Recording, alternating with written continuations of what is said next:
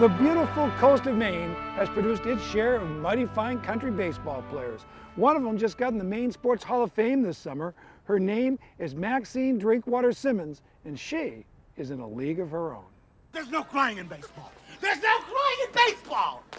No crying. The 1992 movie, A League of Their Own, made the almost forgotten All-American Girls Professional Baseball League famous again. See, I can still throw.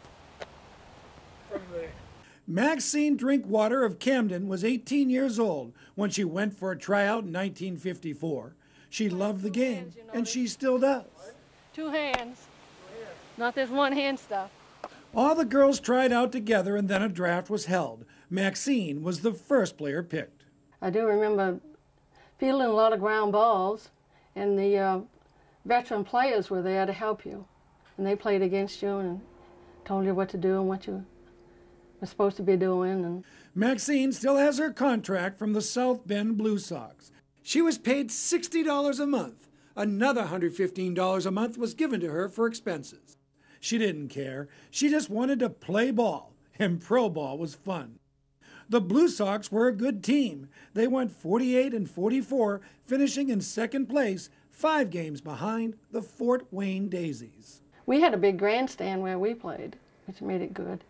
And I always thought we had a good crowd, and Fort Wayne always had a good crowd. And I don't remember a lot of the others. Maxine would lead the league's second baseman in fielding. She struggled at the plate, only hitting a $150. Pitching in the big leagues was a little different than what she'd seen in Camden, where she hit .742 playing high school softball. I was good in softball. It wasn't that hard, really. Maxine has lots of memories and plenty of stories from the road. Her best friend was shortstop Gertie Dunn, who took Max under her wing. She was very fast, and she could hit home runs. She had a great arm at shortstop, and she used to tell me what I should be doing. In the movie, Tom Hanks plays drunken, irascible, yet likable manager Jimmy Dugan. Max got an unlikable manager named Carl Winch, who was famous for being a tough guy to play for. He probably knew, and he had quite a temper. He and I didn't get along that good. I guess he didn't like rookies. He just wanted to coach people that knew how to play already. He never taught me a thing. The Blue Sox were getting ready to play the Fort Wayne Daisies for the championship when the league folded. Maxine came back to Maine, bringing Gertie and another teammate named Helen Nordquist. Max's mom, now in her 90s, was glad to see the girls at home. Maxine married and became Maxine Drinkwater Simmons and had a son. She continued to knock down barriers to women in sport by coaching lots of youth sports in the Camden area.